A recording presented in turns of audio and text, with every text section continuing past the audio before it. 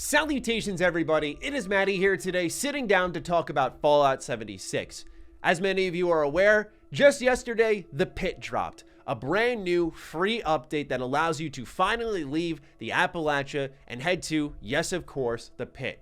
Be aware this isn't a brand new hub that you're going to walk around and explore to pick up new quests. It is quite literally a place that you are dragged and dropped into to complete a mission and then you leave as quickly as you came. I have many thoughts on this, but let's just start off with nostalgia. Of course, the Pitt is an iconic location in the Fallout franchise. It's the spot where one of the most popular DLC occurred for Fallout 3. It is one of my personal favorites, falling in my top 5 DLC when it comes to the entire Fallout franchise, with Far Harbor at the top, Dead Money's also up there, Point Lookout's my favorite Fallout 3 DLC, but the Pitt is right there in that top 5. And I think that's because of the atmosphere and of course the industrialized environment really lend themselves well to the Fallout franchise. However, thanks to the lore, I think Fallout 76 is in a bit of a pickle, but otherwise, this update just showed why the balancing, the gameplay, the feel of 76 is just not good. I have many thoughts. I know many people didn't expect me to end up liking this, and a lot of people want me just to keel over and go, oh, 76 isn't for you. I'm a diehard Fallout fan. I don't know what to tell you. I don't like 76, but I will give every major update absolutely a try. So I did that here. I'm excited to share some thoughts. Ladies and gentlemen, if you're new here and you're into Fallout news, updates, reviews, any of that stuff, certainly anytime there's movement with the franchise, I am right here talking about it. So consider subscribing. I want to begin with nostalgia. The reason I want to begin with that is because I think it's very easy to take a look at the Pitt itself and say, oh, it's just nostalgia bait. 76 is desperate. I would actually disagree with that because right now, my personal opinion is if 76 is going to get desperate and start to do nostalgia bait to bring in a new player base, they would do kind of what they did with the Fallout First membership, where they'd say, hey, to get this brand new NCR Ranger armor, you need to join a subscription service that costs more than Xbox Game Pass Ultimate every month. But I digress. You need to join this to get this cool New Vegas gear. Don't you want this? Yes, you do. So I feel like they would take us to somewhere such as the Capital Wasteland, the Mojave Wasteland. To me, the Pitt is a bit of a cherry pick, and that said to me that, personally, they have something they want to do with this place. Now, that could just be my interpretation. We've already seen in data mined files that it's more than likely going to be a case where one day we do go back to the Capital Wasteland through Fallout 76, and you think I've been hard on 76 as of late? If they do anything wrong with my top 3 favorite game of all time, Fallout 3, there will be anger, unlike anything you've seen. But let's bring it down a notch. Like I said, I don't view this as nostalgia bait because I think for a lot of Fallout fans that the Pitt isn't the epitome of nostalgia. So moving that aside, the reason why I think this DLC struggles is because it just shows to me how shallow the storytelling has become in Fallout 76. Here we have, I think, a part of the universe that's put itself in a bit of a corner. Now, one of the interesting things with Fallout 76 is as it gets major updates, the timeline moves forward. It's actually one of my favorite things about the game. It feels like the Fallout franchise is well and truly developing before our very eyes as you'll open the Pip-Boy and you'll see the date on the bottom corner actually start to change. So while the game started many years ago, actually now we're in 2104. I think that type of stuff is really cool. Again, it could be me just being a bit of a Fallout lore geek coming out, but I do like that. However, the events of Fallout 3, of course, as many of us know, took place in 2277. 20 years prior to that, there was this event called the Scourge. The Scourge took place in the Pitt and it involved the Brotherhood of Steel sweeping through the Pitt, wiping out a raider gang that had occupied the place. And when you go to the Citadel now in Fallout 3, you'll actually see little kids running around, and these were the remaining children that lived at the Pitt. You see, the reason the Pitt was so strongly set up is because the base game supported that lore. The base game offered those hints of where you'd once go. It was one of my favorite things, and many of your favorite things about all the mainline Fallout entries, even up to 4, where I remember we were speculating about perhaps DLC bringing us to China because there was a submarine out in the middle of the ocean that you could go into. And so speculation made us think, oh, are we going to go out to China through this? Like, what is the setup here? Fallout has historically done that. The Cabot House in Fallout 4, the hints towards New Vegas, the Mojave. I mean, a lot of people were starting to think, where are we going here? It's always done a phenomenal job playing with the lore. 76 just doesn't have that factor, and you could tell by the way the story's set up. So like I said, the timeline creates a significant gap. That gap can be filled in by 76's own creative story. There is absolutely a void there, especially because the bombs have just dropped there very recently, as we all know with how 76 as a game was set up. There is all this room for you to make whatever you want when it comes to 76. You could fill that gap in how you choose with the setup factions that exist within the Fallout franchise. But it feels like the creativity, the desire, the itch to make something new and interesting within the Fallout universe as a faction is gone. One of my bigger complaints with Steel Dawn and Steel Reign is we're just leaning into the Brotherhood of Steel endlessly as the flagship faction within Fallout, when the Enclave, I think, is arguably more interesting. That's personal preference, of course, but many other factions within the Fallout world do exist and can start to exist. But what we have here is the general setup of, as we learned with the Wastelanders expansion, people are coming back to the Appalachia. They're starting to take back their land, reclaim their land. Okay, cool. We're seeing factions gradually insert themselves in. We saw the General Settlers, then we saw the Brotherhood of Steel. Now we're seeing the Responders come back. The Responders should sound familiar to you because they were all over Appalachia when Fallout 76 had launched. They were a disaster relief program set up shortly after the Great War.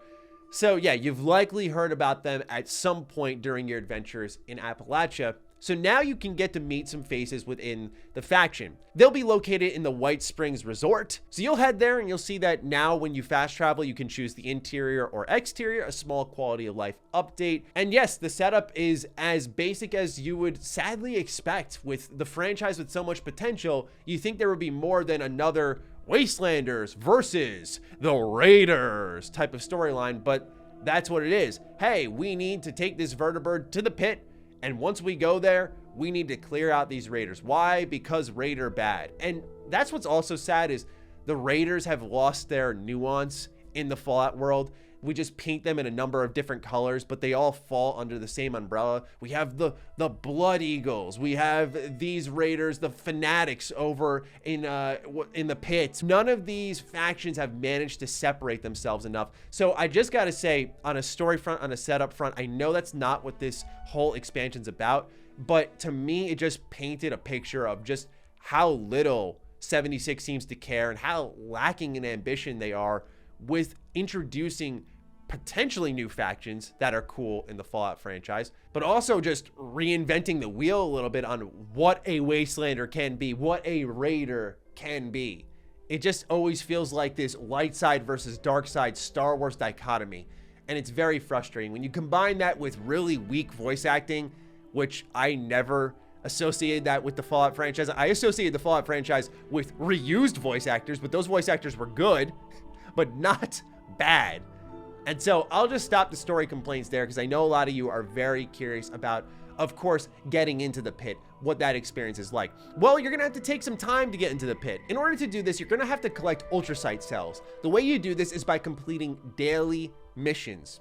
So before you can even go to the pit, you have to complete 3 daily missions to charge up your cells, and then you can use those on the vertibird to take them out to the pit and complete an expedition. Okay. Already starting to feel the padding for something that doesn't necessarily need padding. So there I am making soup by walking around and interacting with objects. You can pick who you deliver the soup to, whether it be a raider or a settler. And when you do something like that, it'll increase or decrease your reputation with the respective faction. So it does play a bit into Wastelanders, which is cool. I like that cohesion there. There was another one where I had to collect 50 raw cloths. So there I was just going through cash registers, grabbing pre-war money, grabbing pizza trays. I'm just sitting there like, really, man?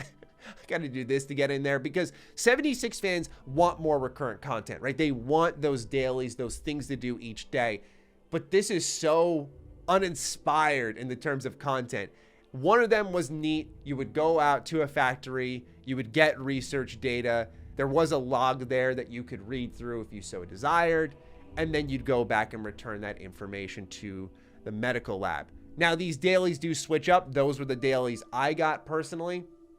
But anyway, once you complete those, which took me over an hour, then you can finally go to the pit. Now, you can do these expeditions as you'd expect with up to 4 people, and it's a simple shooting gallery. You get dropped into the pit, and immediately the atmosphere and art direction is fantastic here. If there's one thing I will always commend Fallout 76, even back to its base game, the art direction here has never missed a beat. That is continuing on here in Fallout 76. When you enter the pit, you really feel that Great War just happened type of vibe here. It is a significant amount more orange. It's very rustic and industrialized, as you've come to know thanks to the Fallout 3 DLC.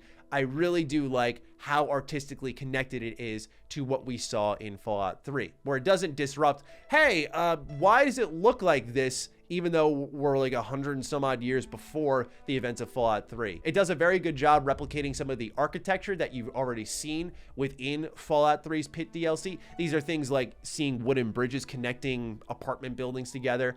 Those little things to me define what the pit is. Seeing the back and forth walkway leading up the side of an apartment building.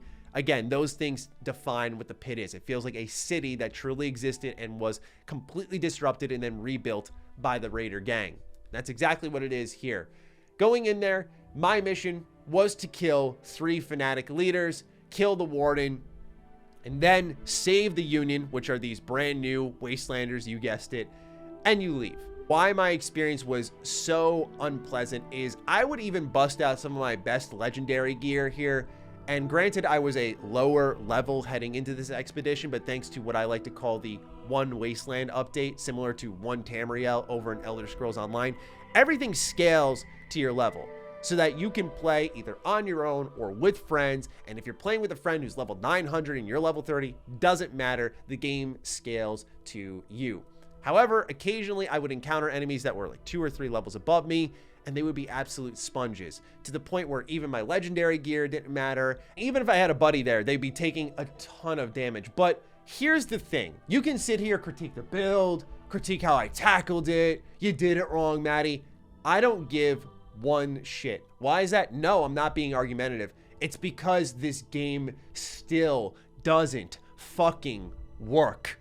It is actually insane the amount of times the AI broke. I took out a weak weapon. I was like, how long is this person just gonna let me sit here and shoot them? And I would sit there for minutes because I said, I got time. It was like midnight. I got time. I'm not going to bed soon. I want to see just how broken this is. The amount of time the AI just didn't engage with me. It would walk away. Non-functioning, man. Non-functioning. It's incredible that this game has been out for, hold on, wait for it, 4 years. And this is still something that does not work. How? This was something I had an issue with in the beta I previewed before the goddamn game came out. And you're telling me here and now that it still doesn't work, even though I've dipped in and out, but it does not work in the pit. The AI broke endlessly. In fact, I'd argue that due to the sponginess of the enemies, this actually helped me beat the expedition, which is a problem unto itself, because again, the balancing and the sponginess of enemies, it just encourages this mundane gameplay loop of farming resources and then going out on a mission so that you can farm more resources. The game is obsessed with holding on to your time in the worst ways. With those dailies, it was the epitome of, why are you wasting my time? To collect 50 cloth? Really? Okay, whatever. But then you see things like this, the sponginess, the broken AI, only to have the game expect me to go out, repeat it daily, to go experience another expedition. I'm really, genuinely, truly okay. And it's such a shame because expeditions as a core formula has great potential. And if they can fire them out quickly over time, you may have something here, right? For Fallout 76's more endgame-ish repeatable content, where if you could pick from the Pit, the Capital Wasteland, the Mojave, my God, do I fear the disgrace it may do to the overall franchise. But I could see the vision here of having a selection of places to go and explore. That could be cool. But here's the reality of what Fallout fans well and truly wanted, which was not to go to the pit and complete a shooting gallery. It was to go to the pit in that timeline and explore it. And I can't believe I have to sit here and explain this, but the draw for the Fallout franchise among many things, of course, is not it being a shoot 'em up. Now, I know that's what 76 is, so I'm not going to argue with the core design of the game, but 76 tries as hard as it can be to be a traditional Fallout game. So why they would make their first expansion leading into a brand new area after years of clamoring from fans saying, hey, it would actually be really great if we could just go to a new area and explore and get new quests and meet new factions, that matters to Fallout fans. These factions, this lore, these stories, it's not me just sitting here being a YouTube geek.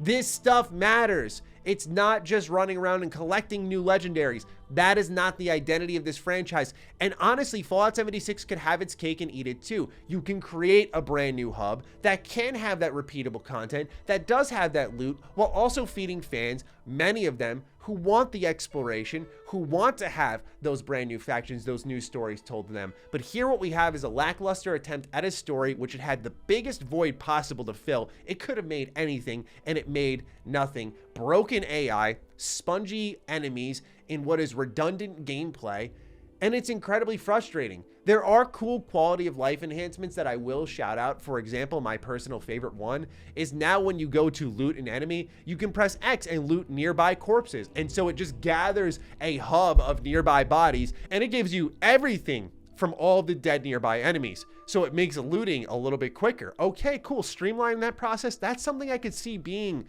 in a future Fallout game. And that's something, by the way, that like MMOs have naturally done for years. Like you just wouldn't even have to press a nearby corpses button. You would just loot and everyone in a nearby radius would then gather into this one loot pool. I digress though. It's here. I didn't think about it being necessary in Fallout 76, but it's here and it's great. But otherwise, the pit itself, I mean, the missions are also very quick.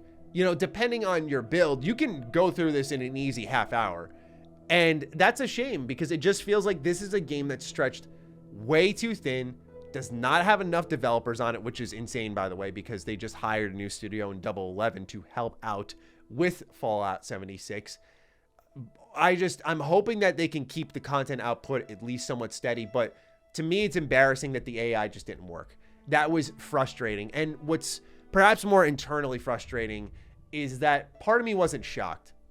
That sucks, man. I'm talking about my favorite gaming franchise ever. And I'm sitting there not surprised that the voice acting is bad, not surprised that the storytelling is pretty weak, and not surprised that the combat was non-functional and didn't feel good. Fallout deserves better, and it's time we start treating it that way. So yeah, the pit to me was, I know some people won't be shocked, but extremely disappointing. But it wasn't extremely disappointing because it wasn't what I had dreamt of. I didn't really lop on these expectations of what I hoped it would be versus what it actually is. It's just what it actually is isn't good. So hopefully you can understand I reviewed it on those merits.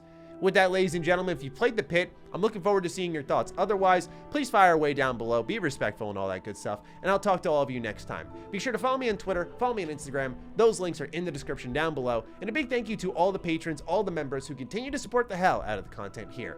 Stay sexy, stay active. I love you all. Peace.